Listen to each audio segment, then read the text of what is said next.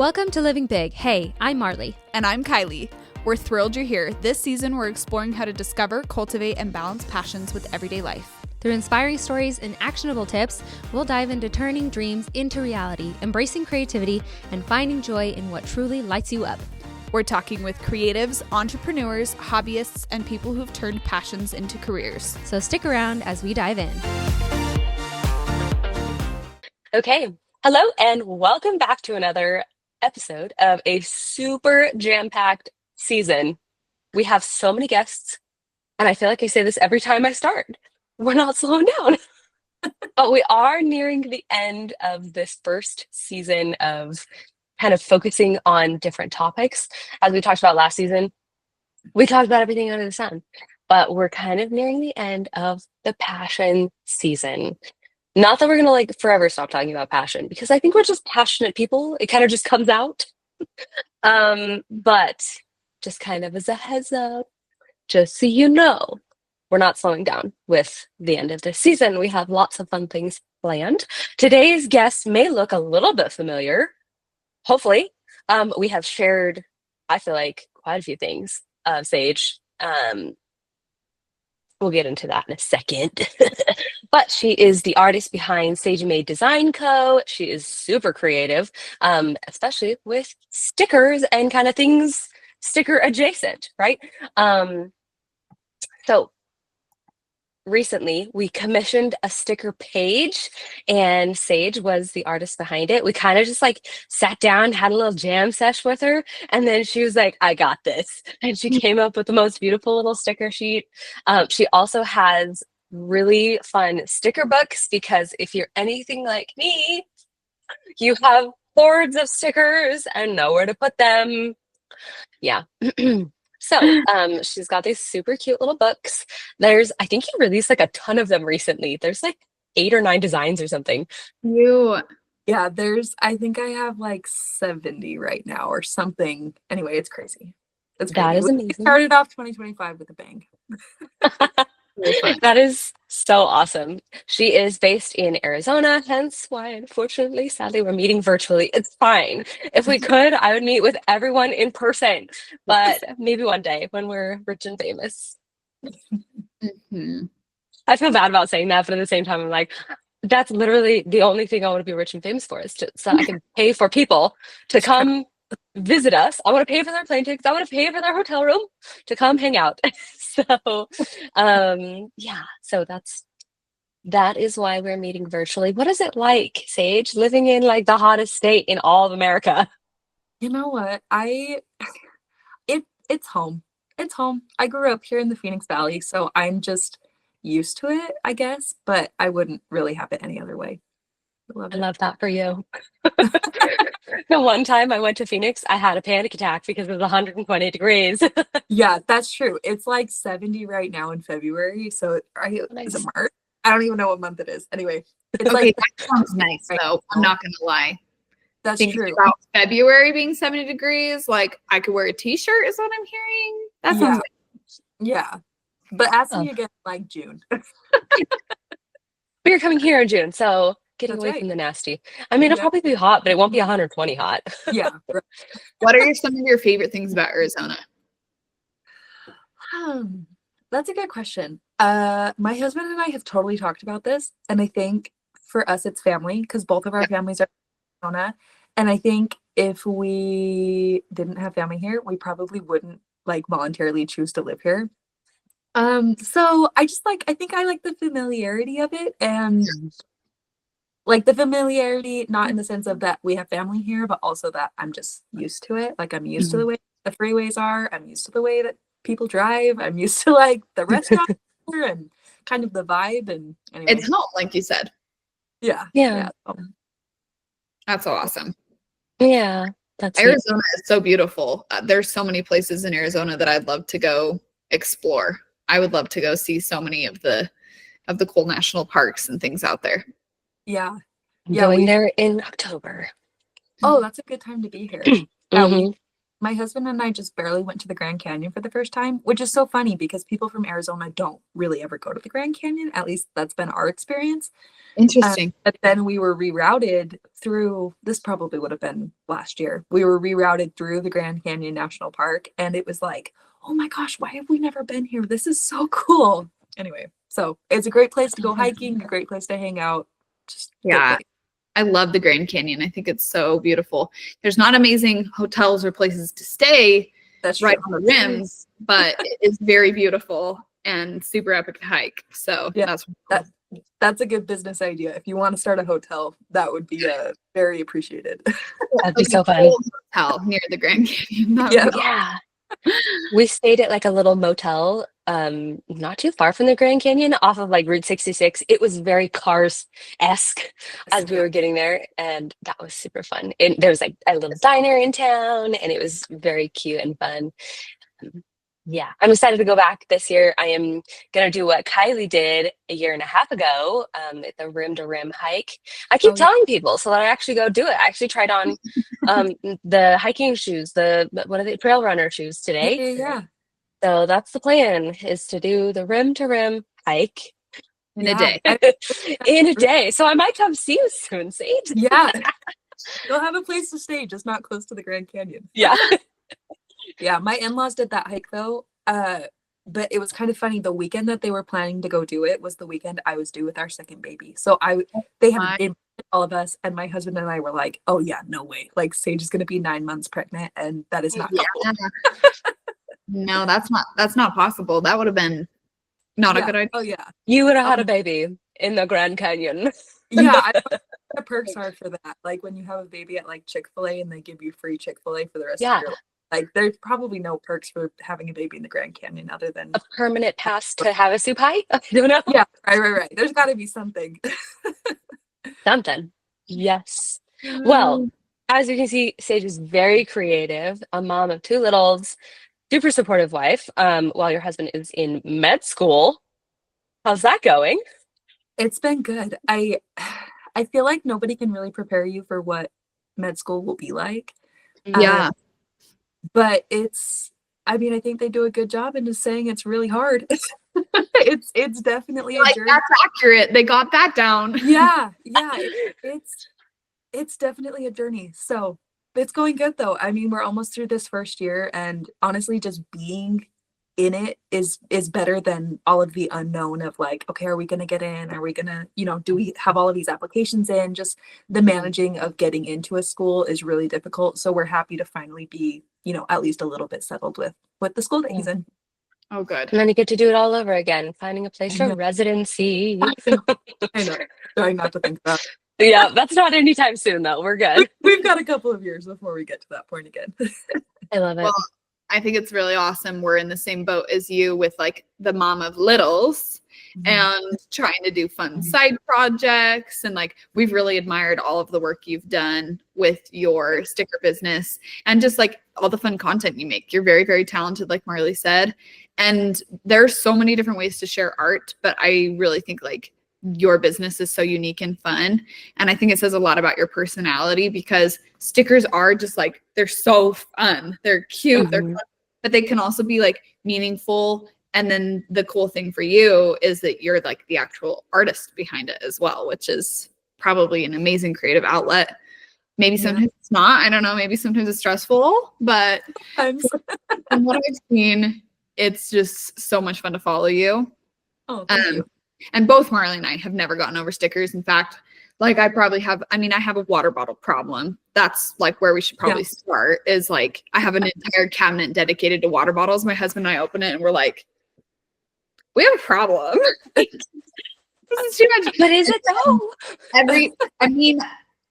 know you have the reusable sticker books, but I'm like, I want to carry my water bottle around with me and I wanted to have all my stickers and like represent all my things. And Marley for my birthday got me a Living Big hydro jug and it's engraved with Living Big. And then I put, of course, our Living Big stickers all over it. And she's so cute. I absolutely love it. It's so fun. Obviously stickers are good for branding. They're great for the fun of it. Like, there's so many different reasons you can use it. But I'm curious, like, how did you get into stickers in the first place? Because you're creative. How did you choose stickers? Yeah. So it's actually funny. It was 2020. We had just found out that we were having our first baby, and then COVID hit, and it felt like, I don't know, like we were just in our apartment all the time. Like we weren't, the whole world had just kind of shut down, and I started feeling not like myself, as one does when you are pregnant for the first time. You're like, what is going on with me? Like, I just don't feel normal. And like isolated too. You're like, Yes, Yeah. and then isolated on top of that, like all of the social things that can get you kind of out of that funk were just suddenly gone. And so I found that I was just feeling not like myself. I was like, this is really overwhelming to just feel like kind of this almost existential dread of like, what is the world coming to? Which it turns out that's just like a perpetual state of being nowadays. Like there's always just in the news, there's always just so much contention. And so I kind of struggled with feeling like I want to do something that's going to, not just be a creative outlet for me, but kind of help me find myself again. And so I really, I kind of thought about it and was trying to figure out, what I'm like, do I need to read more? Do I need to like go on a walk? I'm like, what's going on with me? And a friend of mine who's a graphic designer, like posted on her Instagram stories that she had designed and made some stickers and she was going to sell them. And like within 20 or 30 minutes she had posted again saying, oh, all of the stickers that I designed were sold. And I was like, wait, that sounds so much fun, and you're telling me you made money from it? That sounds like a pretty good thing. So I don't even remember. I think I like borrowed an iPad from my job or I had some sort of resource that I was able to get an iPad and an Apple Pencil. And anyway, just started drawing and started designing. And for a long time I sold stickers on Facebook Marketplace, and in Utah was selling a lot of Utah temple sorts of things. And that's really cool. yeah, it got enough traction that it was suddenly like, oh, this isn't like a make a couple of bucks, on the side sort of a thing. It was like, wait, maybe I should actually consider doing something with this. And because I was having a good time with it too, I was like, oh, okay, like this is something that I'm refinding myself in, and also like it's helping pay for our little date night. Like, oh, this is really good. So at some point I eventually opened up an Etsy, and the rest is history. I've just gone along with it. That's awesome. So you said this started in 2020. At what point did you open like your shop? Like on Etsy? So it would have been May of 2020. Okay, so pretty quickly. Yeah. You're like, okay, this is going really well. It's so Were you like very artistic with that? Were you like drawing in other mediums, or what were you doing? Yeah, so I originally got my degree in public health, so it had nothing to do with drawing or anything. And I love public health. Like I consider it a super big part of my life. And of course, like during COVID, that was a really good time to be in public health. But being pregnant, I was like, well, I'm just home with my baby. Like nobody's me right now. I'm like a couple months pregnant. Like it's just not, it wasn't what I was looking for. And so yeah, I hadn't really had a background in anything artsy, like professionally. Of course, I always considered myself artistic, but just for fun. And I had a job at BYU. One of my first jobs was as an advertising agent for BYU Independent Study. So a lot of their, like we had kind of, I'm trying to think of like we had like a commercial aired at General Conference. Like it was that sort of creative thing where we were like filming stuff and filming commercials for them. And I was doing a lot of their like marketing and advertising graphics. And I had never, and before that, I should, in case any of my high school friends hear me, I was also in the yearbook. I was the chief editor, one of the editors and chiefs of the yearbook. Oh, cool. And so that was kind of where I think I developed the skills to be able to like use all of the software and stuff. And then I was able to further refine that at BYU in my first job, kind of as an adult after graduating from high school. And the whole time had nothing to do with my like educational pursuits. But then, yeah, it kind of eventually morphed into me having enough confidence to say, yeah, I kind of want to test this out and draw and sketch and kind of, do something more fun than advertising. I was not a big fan of like marketing materials. Well, I mean, it's so interesting though to see like how being so multifaceted has helped you and aided you, because I'm sure you've taken a lot of those marketing principles in running your business, you know what I mean? And like it shows in your content. And it's so cool that you're interested in public health and you have all that information as well. Like you can be literally passionate about so many different things. And I think it's also really awesome for people to hear and see that if you have this like kind of out there idea that's not within your major or within your like quote unquote skill set that you've been honing, it's totally still great to go for. And you should do it and like have fun and shake things up, I think. So yeah, 100%. So how do you go about turning a picture into a sticker? Like from like the beginning process to the end, like what does that look like? Yeah, so it kind of depends on the sticker. A lot of my stickers are stickers that like I was inspired by at some point or another, and just kind of, I usually just sit down and sketch it, or I'll get on my iPad if I have it with me and I'll sketch it out digitally and then kind of create it after that. As for like, I do a lot of custom stickers, and so usually that process is a little bit more intense, where I'll like talk with the people that have ordered the stickers, and it's a little bit more of an intense process where I'm, kind of getting feedback along the way as far as what kind of a style they want, or, kind of what, because sometimes I'll get people who are like, well, I just want the picture, but like turned into a sticker. And I'm like, oh, okay, like I'll just whip that fast. But then I have a lot of other people who are, well, I want it more like artistic, or I want this added, or, different things. So it really kind of just depends on the client as far as like the custom stuff. But then just the stuff that I have regularly in my shop is just, I don't know, fun stuff that I think resonates with me, and stickers that I get requests from other people where it's things that resonate with them. And it's kind of grown by a lot of requests from other people and a lot of stuff that I'm like, I'm just going to put this out there because it resonates with me. No, we literally love our custom stickers that we got with you. And we'll probably include them in the socials and stuff again this week so everyone can see them. But I was so impressed, and I know Marley was too. We talked about this. We came to you to our little meeting, and we were like, so like living big, like some random like we'd like stuff and blah blah blah.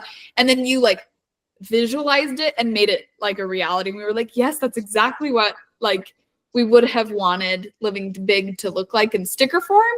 But I was so impressed with your creative mind to take our literal like half-baked thoughts to art. It was so awesome. And you visualized it in such a beautiful way. We love those stickers. They're so cute. And they're yeah, it's so funny because I actually really like when people kind of come in with half-baked ideas, because then it's like when a customer says, you just like, you have free creative liberty to just do this. I'm like, oh yeah, because it really like it just gets me so excited to be able to say, here's what I made from what we talked about. And anyway, that makes me so happy that you guys love the stickers. They honestly are so cute. No, the collaboration I think is a really fun aspect of your business as well. Like obviously having a sticker shop is so much fun, but I think it's awesome that you offer customs, because a lot of people don't do that either. Like they just offer what they offer because it's a lot more intensive. Like that's a lot of work for you to have to get on a call with someone and try to glean what they want and get the assets that you might need and things like that. So you're killing it. Thank you. Well, hopefully my prices reflect like the amount of work that goes into it, and it doesn't like turn people off, because I think sometimes when people see my customs prices, they're like, oh, like for a sticker, and I'm like, yeah, but also it's custom and I'm working on it anyway. Yeah. So like I'm helping conceptualize the idea. I'm turning it into art. That takes time and energy. I'm producing the stickers, sending them to you. Like, yeah, it's very intensive. Yeah. And you print. Sorry, go ahead. Sorry. I was just gonna say, and you print everything in-house, right, Sage? You don't have a manufacturer? So I do have a manufacturer now. I actually have a couple that I work with, but when I first started out, like It's so funny. My husband, bless his heart, he's been my number one supporter in all of this. And he for not a single second has ever doubted that I could create this kind of a business. And so when I first brought this up to him, I was like, oh honey, I don't know. And anyway, eventually what got me all started in it is it was my birthday, and because I was doing all this research to figure out what I needed to kind of make this happen. And he surprised me and had gone out and bought all of the sticker making supplies that I needed, and was like, hey, here's your business. And it was like, wait, what? Okay, let's make some Business for your birthday. That is so cute. That was when I eventually kind of started, anyway, just the whole thing, because it was now I have everything that I need. So originally I was making stickers in house, and then the demand just got so high that I was like, I can't keep up with this. This is, especially with little kids. Yeah, I was like, oh, I'm because I had kind of dedicated my evenings to I'm gonna make all these stickers, and then it was getting to the point where I had businesses reaching out for stickers and people wanting customs, and I was like, okay, I am just outnumbered here. So that was one of the first things that I outsourced in my business, was the actual making of the stickers, and I have not looked back. I was happy to outsource that. I think it's amazing that you were quickly able to, you know what I mean? Because for those who don't know what it's like to start a small business, especially a product-based business or any business, honestly, it's so time consuming, and doing that with littles, that is I think we undersell it sometimes. That is real stuff right there. And yeah, so the fact that you were able to quickly get a manufacturer to help you print the stickers is so awesome. And also, I just have to say shout out to supportive spouses, because it's sometimes hard to fully embrace an idea, but when someone shows you they believe in you like that, enough to actually go get the stuff and give it to you, you're just like, I can do this. And then you make it happen. So that is the life hack for the world. Find a supportive spouse and be the supportive spouse. Believe in your person. Yeah, for sure. That's definitely one of those green flag guy moments where you're like, okay, where's the green flag guy? Come on, that was a good moment. I love that. Oh, Justin Pointer would be so proud. We love him. I think that kind of perfectly segues into kind of this next section of questions that we have planned. Stay-at-home mom, 2 littles, medical school, as we talked about, is very difficult. It probably ends up happening that you're more solo parenting than maybe you originally intended. Is it possible to manage all of the things? Is balance a real thing when you're kind of dealing with all of the above? Yeah, so I'll just put my little plug in for my husband. He really makes it everyone told me, you're going to feel like you're a single mom. And that was my biggest concern coming into this whole journey with medical school, was feeling okay, I, over the last 5 years have refound myself in this business, but at times it feels like a business. And there are times where it sucks the joy out of you, and not anyway. Yeah. It's more of the managing the business where I have to talk to a rude customer. I get a hateful comment on my Instagram or whatever. And it's rude. Okay, over this, it's just life. Yeah. And anyway, my husband just makes it so easy for me to enjoy this process. And it really even up until this point where we're almost a year into it, I have not felt at all like I've been solo parenting. So I might not be the right person to ask that question to, because I think things are going pretty good. That's amazing. But yeah, no, there definitely is as far as balance, you'll have to ask me later, because I don't know if I haven't gotten to that point yet where I feel everything is in balance. But I do find that kind of going back to what we were talking about, having that support system, whether it's a spouse or other family members or friends or whoever, even strangers on the internet.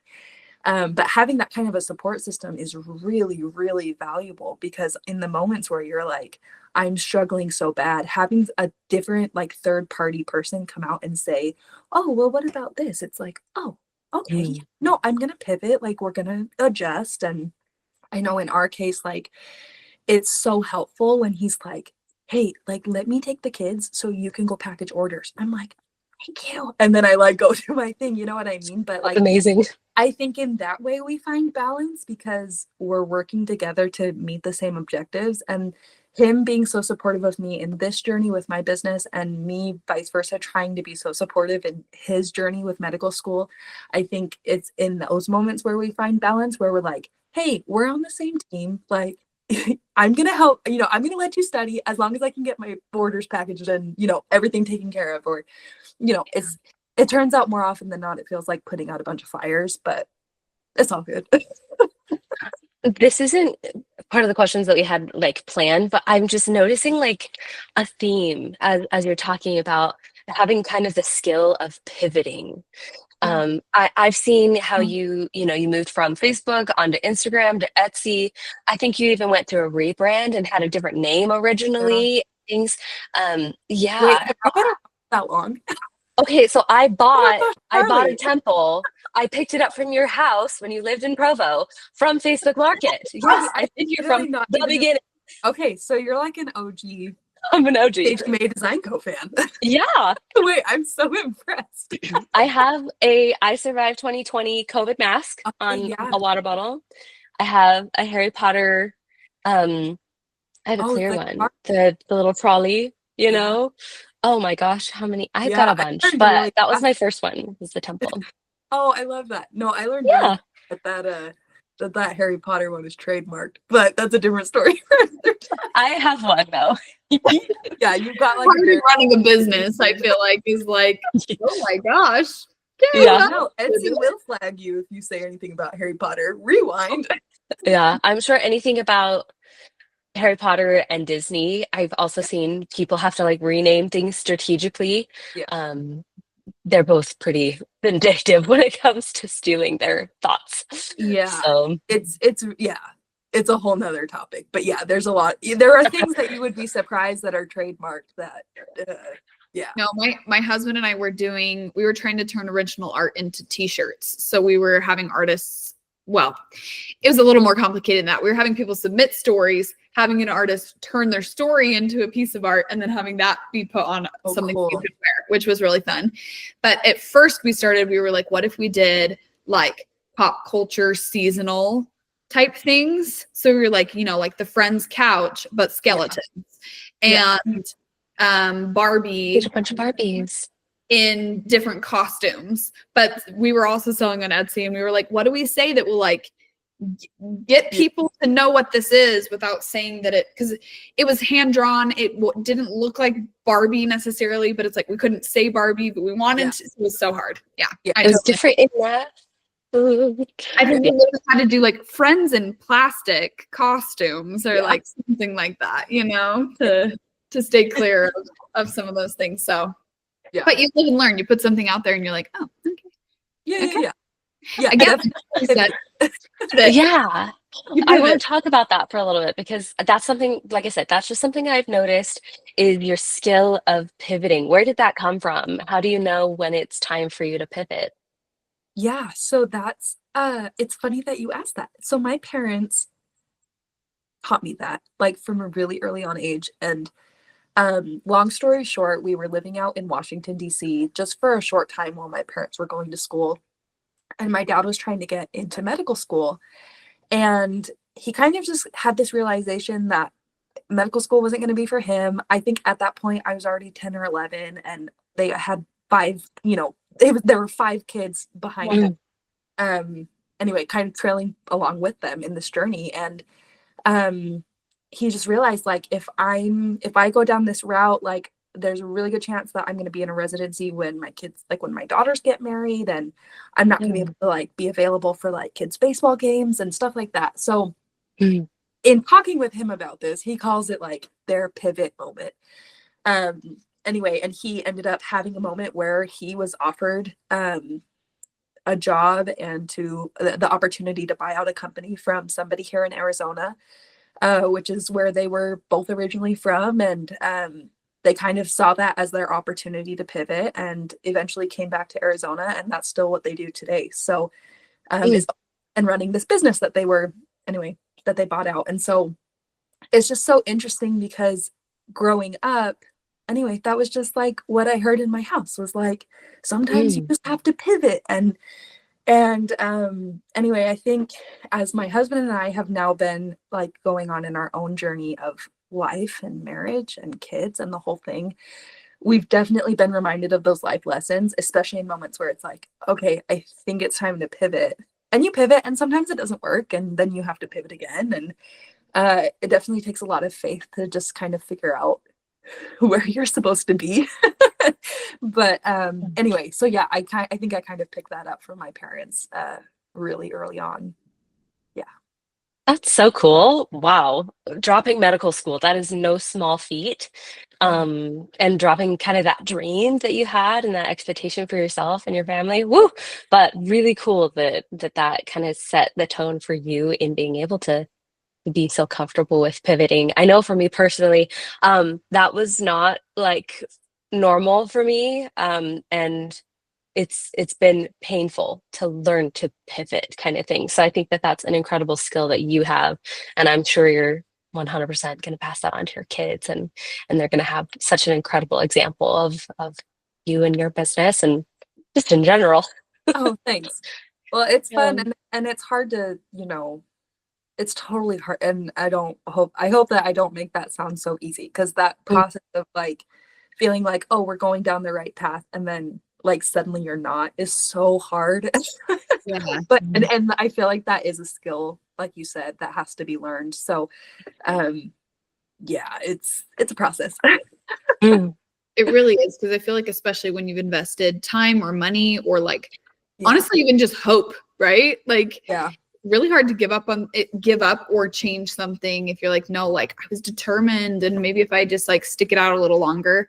But being able to see when it is the right time to pivot and when it is the right time to stick it out really is something that you can develop, but it's hard. So that's really, really cool. I love that you have like concrete life experience from your parents that translated into your business and everything. Yeah. Oh, cool. So cool. Any little tips and tricks to help you kind of manage things? I mean, you've talked about, having a husband is a great, is a great start to that, but I'm sure there's little things that kind of help you throughout your day with managing everything. Yeah. I mean, what comes to mind first is definitely just prioritizing what you have to prioritize. And there are definitely moments where I feel like a horrible mom because I am trying to clean the house. I'm trying to like run my errands. You know what I mean? Like I'm trying to run my business. And I feel like, okay, my kids are just couch potatoes right now, but like I have things that are pressing and urgent. And a lot of times it isn't my business. It's just like making sure that the laundry's done, or like the running a home, it turns out, is time intensive. Yeah. Oh, it's the whole job. Even just trying to like cook and make dinner. It's like, okay, hold on. Like I just need 10 seconds to like put the rice in the rice cooker. Yeah. But yeah, so definitely just finding a way to prioritize what you need to get done. Now that's not a great way to live your life, is in a constant state of like urgent and important things that have to get done, but definitely just finding a way to like meet your needs. And whether that's like, hey, I need to take care of myself for a minute, like I'm going to shut the bathroom door, nobody come in. Or saying, okay, I need to buckle down and, get some things done or whatever. And I definitely think like we were talking about, like finding that balance is so hard, but trying to find the balance is also a part of the process that eventually I think pays off, because I don't know, like I'm trying to do this for my kids and for my family. And, at the same time, like I want to be a present mom and I want to be there. And I don't know, like, I don't think every day I'm going to be the fun mom who's on the floor, like playing games with my kids. And I'm not going to be the mom who's also like, shut away in a closet office to like get her stuff done. And I don't want to be the mom who's, like sending the kids off to play while I make dinner all the time. You know what I mean? Like, it's just, you're going to have days where you're on top of it and you're playing with the kids, and you're going to have days where the kids are watching TV and you're just going to try and clean your house because that's what you need for that day. I love that. I feel like we don't even talk about that enough. Just that, like, sometimes doing important things around your house makes you feel like a bad mom. This you said that, and that kind of was like a little light bulb moment to me that like you can't physically sit and play with your kid all day long, right? Or else nothing is going to get done. So you have to learn to be okay with your kids figuring themselves out, doing what they're Yeah. gonna do, right? And maybe they're gonna not love it, and it is what it is. But, doing the laundry, that is important, getting dinner on the table, that is important. I feel this in my soul. Yeah. And I honestly think So, that that's something that like I know I struggle with a lot, like just giving myself the grace to like breathe for a moment and be like, mm, okay, this is where everything is at. What is the most like important fire for me to put out and like then go do that, But mhm, just being able to take a step back and say like, okay, hold on, like I'm gonna scan, like see what needs to be done, and then like, okay, let's go back in and do it. And I yeah. think that like and just an important anyway, and just recognizing that you can't do it all, and that's okay. It Mm, sounds like to me like learning to be in tune with what you and your family needs is kind of a daily task, right? Because like you said, every day is going to be different. And I think it's something that we just have to experiment with. Like you said, like it's like today I'm going to try this and maybe it doesn't work for Yeah. today. But maybe tomorrow that's a totally different story based on what needs to happen, how everyone's feeling, like deadlines, all the things. So sorry, excuse me. I think becoming in tune with what we need and what our family needs is kind of like the whole point, like that we're trying to figure out. We're not supposed to have it perfectly figured out already. We're supposed to be figuring that out with our kids. Like we are creating life and they are also creating their life. So it's okay if it's a little bit of like a process of give and take. Yeah. Well, and there's seasons. Like so when I was pregnant with our second baby, I'm trying to think of like how much I can give because this is kind of a detailed story. She ended up being 12 pounds, 10 and a half ounces. Oh And goodness. like there were no other complications. Like I didn't have gestational diabetes. Yeah. it Like was just huge. yeah, they were like, you kind of just have big babies. And it was How like, are you? "Oh, Are you okay? My I'm goodness. good. We're good. Or via C-section. Sorry, that is intrusive, but there's no C-section. TMI when we have babies. No, you're good. Yeah, it was we had her via C-section, and Okay. anyway, yeah, that's all. So You guys can have me back on, and we'll talk about my birth story. okay, we will. Yes. But so that whole season of being pregnant, like we were living out in Maryland. My husband was working at a job that kind of was far away because we didn't want to live in Baltimore, and so he was having to commute a ton, and so it ended up being like 10-hour days instead of 8-hour days, and it just felt like, oh, what am I going to do? And eventually I got to the point where she was so big that I was like, I wasn't sleeping well at night, which is normal when you're pregnant, but like it was kind of an additional Yeah, like like extra. pushing on arteries and stuff that are not supposed to be blocked. Oh, Sage, And I'm so, sorry. well, and we didn't have any family around. Like we had Just some like cousins literally who would help as they weird. could, but yeah, like it wasn't like my mom could just come over and be helpful or my Right. mother just like pop in and make us dinner. So it ended up being a lot of time of me like asleep on the couch while my toddler, who would have been 2 at the time, would like watch Bluey. And Yeah. that's just how we survived. Like I felt honestly like I was in survival mode. And looking back on that time, that was so hard, but I like couldn't physically walk. Like I was so like just I had so much going on with the baby that like everything You else needed just to felt do like what you needed to do. yeah. And so She like was like almost 13 pounds. Oh my gosh, I can't get over that. oh, it was so yeah, it was a lot. And now she's like a normal kid. Like she's just like this little girl. But you She's can just hold that against her. You can be like, you yeah. did this. Just kidding. No, honestly, you guys see the pictures of her and you're just like she was just a little chunk. But So cute though. I would just eat so that. cute. Yep. Well, and it's just so funny though, because like looking back on that time, it was like that was so hard. We were just doing what we could to like pay the bills, survive, like make it through another day. And then we had this beautiful baby, and it was like, wait, like the sun is shining? Like this is amazing.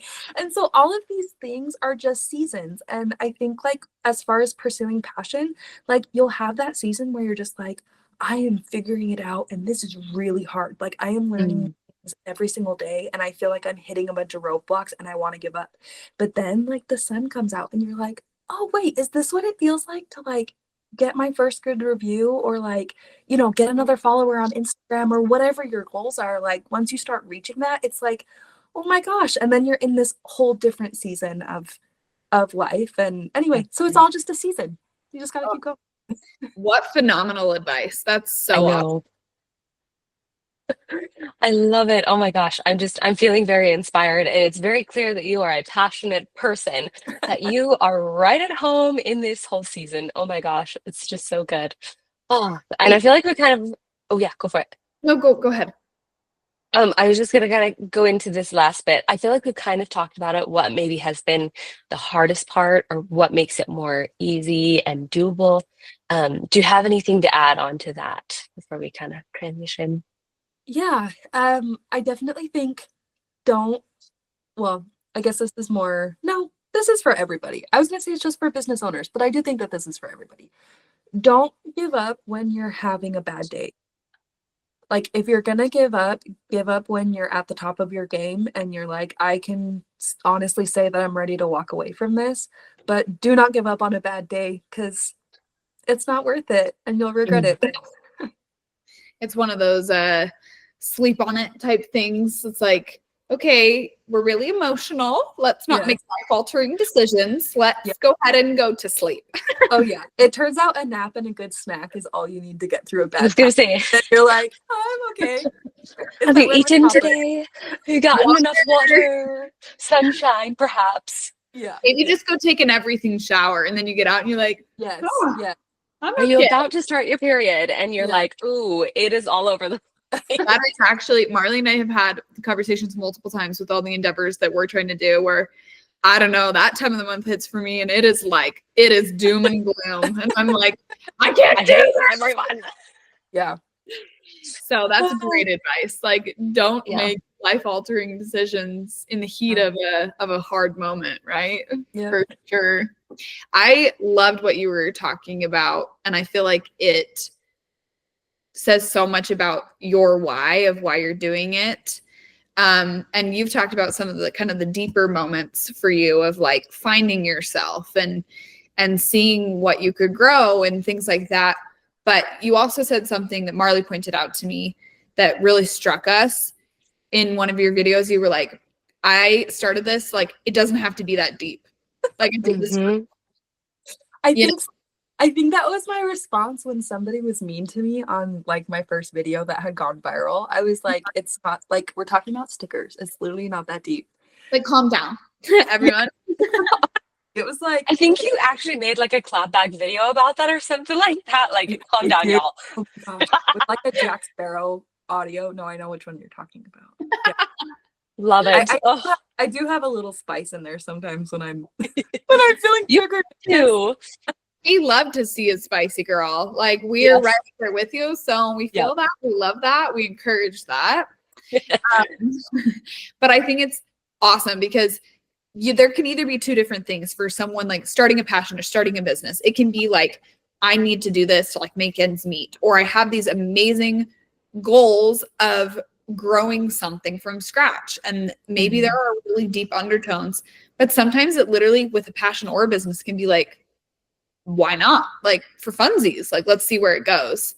And it doesn't always have to be so intense. And I think that's a really good thing for all of us to hear, especially me, because I'm kind of like an intensity level 10 person. Like I very much relate to Kristen Bell. Is it Kristen Bell?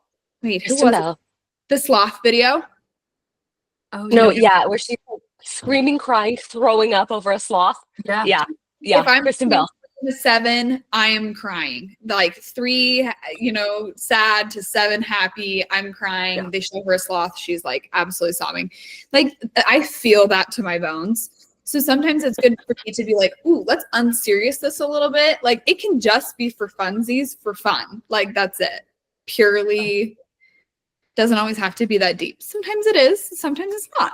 But I'm curious, like, what is your why now? Now that you've kind of discovered who you are and built the business, what is your why? Yeah. So, I mean, originally, yeah, it was this creative outlet, like just me trying to find myself. And then there were a lot of moments of like, I don't know, like coaches saying, like, find your why. Like, you need to tell customers, like, this is why you do your thing. And honestly, it felt like, for lack of a better term, like they wanted this higher and holier reason behind why I was doing my business. And I was like, you know what? At the end of the day, I just want to be able to like have a little bit of extra cash saved up for Christmas for my kids, or like to go on a nice date night with my husband, or go on like a trip as a family. It's really like, why do I sell stickers? Because it's fun. I don't know. Like, I thought maybe I would be good at it. And like, I never really stopped doing it. Thanks. But it was just one of those things where it was like, do I really like, I'm not selling stickers because I want to save the world. I'm not selling stickers because, not even because I want to get my art out there. It's like, really, it's just income for my family. And I had to kind of get to the point where I was okay with that being my why. And I don't think that gets talked about enough, because I think a lot of what we hear from coaches and like social media people is like, you really need to like have this purpose behind what you're doing. And that's totally fine. And if you're able to come up with like a great purpose to tell people, like, go for it. I was just struggling of like, what's my bigger purpose behind selling stickers? And it was like, no, it really is just a side hustle for my family. And if that's all it ever becomes, then it fulfilled its purpose. Like, I'm really happy that we got to that point. So Yeah. Maybe that's kind of an unpopular opinion. Maybe people will come after me like, no, you're supposed to, there's only one way to do this, and it's to have a bigger purpose. But I just felt like, no, the reality is it's to help supplement my income. And I think pursuing passion, especially for the sake of like pursuing a passion, like if you're just straight up pursuing a passion, it should be fun, right? So like, if that is your ultimate why, and then it also gives you some cash on the side, that's amazing. I relate a lot in my photography business. I think I could grow it to be a lot bigger than it is. But for me, I'm like, so much of it is that I wanted to hone my skills and be able to take amazing pictures of my family. So I offer that service to other people, but I'm not like super uber concerned with like making it this massive thing and marketing it and making it, I don't know, huge. It's like, I just want to take fun pictures of my family. And this is a great avenue for me to learn and be able to do that and have the equipment, and also sometimes pay for a date or medical bills that randomly come up, or this piano behind me, like whatever it might be. It's like that passion fed another passion, and that's not that deep, you know, but it was what I needed in my life. So I think that's, in my opinion, not a hot take. Maybe it is. If it is a hot take, that's what we do around here at Living Big. So we love it. We love the hot take. And I think it's a great reminder for people, or maybe some people just don't even know that that is like something they can do. Like they can just pursue something for the fun of it. Yeah. And that's not something you need to feel like guilty about, or trying to find this deeper meaning. If it's not there, like you don't have to manufacture that. Yeah. I love that. So what does Sagie May look like going forward? Yeah, well, that's a good question. This is the first year in a couple of years that I am actually feeling so excited about what I have coming down the, just new launches. I'm kind of honing in on the feedback that I'm getting from customers and from people that I interact with in my community on social media. And so I'm not going to spoil any secrets. But I'm excited about what's coming down the line. And I think that the huge launch that we had at the beginning of the year of all of the reusable sticker books was just the tip of the iceberg as far as the fun things that we've got coming down the line. So cool. And I love that little peek into like, there are bursts of energy in a business or a passion, and then there might be a period where that kind of like burns out a tiny bit. Not burn out in the sense of like, I don't want to do this anymore, but just like fades into the background, and then you have another burst of energy. So I'm glad this year is a burst of energy for you in your business, because Yeah. I'm excited to see what comes down the pipeline. And it sounds like Marley, you know, doesn't have enough stickers from you since she's been an OG follower. I love it. I love it. And neither do I. So I'm like, that's awesome. Any advice for someone who wants to start their own side hustle? Like specifically, not just a business in general, but like side hustle. Yeah. Just do it. It's going to be messy. It's going to be imperfect, and that's okay. But I find that if you spend so much time planning, you end up not executing, as much as you could. And so just start it, open the Etsy, sign up for the LLC, like just do whatever you're going to try to do. And if it's imperfect, then that's okay. And you learn how to pivot. You learn how to just readjust. And yeah, it's going to be messy and imperfect. I feel like there's no better way to learn than on the job, right? Like for as much as we say, I mean, education is important. That's not what I'm saying.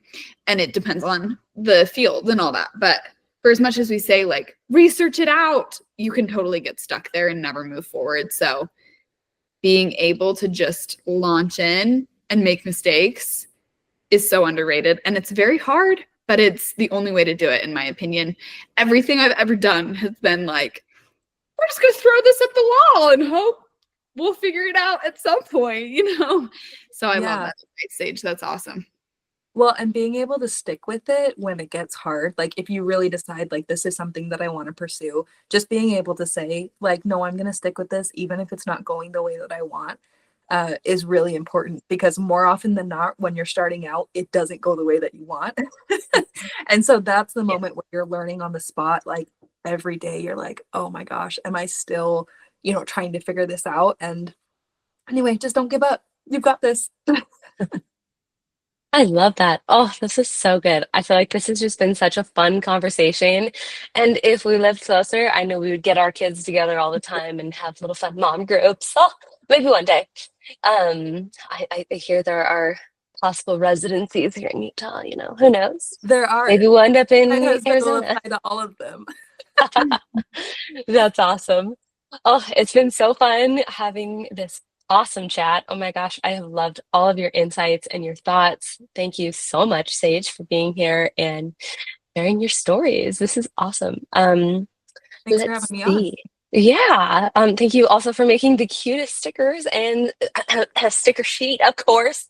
Have to plug that one last time here, because obviously we want everyone to own the cutest stickers. They're adorable.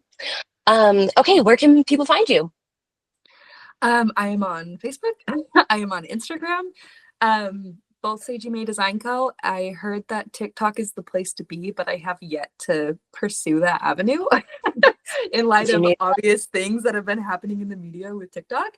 Yeah. And yeah, if you want to shop on my Etsy, also SagieMayDesignCo, and then www.SagieMayDesignCo.com is my commerce website.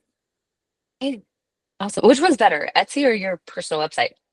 It's really okay, wait, this is a whole nother question. Okay, so this actually, I have both, because I know that sometimes people, because Etsy has such a trusted platform, I have no problem keeping my Etsy up. I'm fine with their fees or whatever.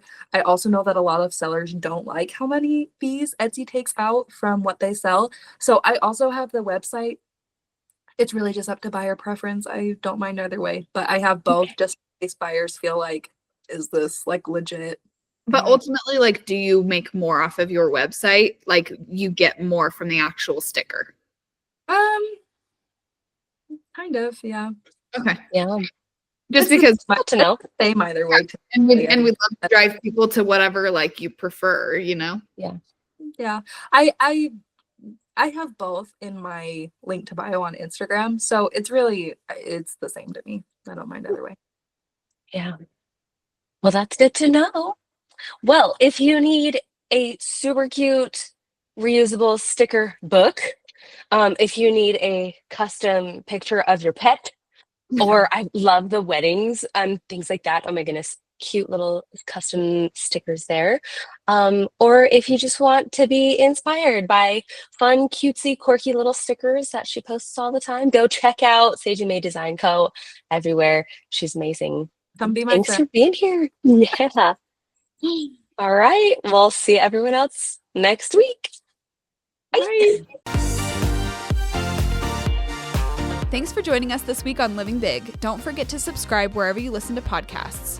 If you liked this episode, please leave a rating and review. Join the crew on Instagram, TikTok, and YouTube for all the behind the scenes, fun, and more.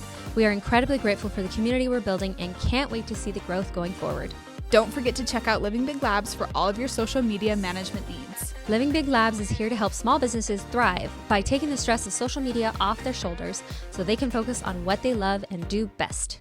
And remember, you have our permission to let go and live without missing opportunities to connect with other humans. Pursue your passions, no matter how ever changing. Have fun and live big.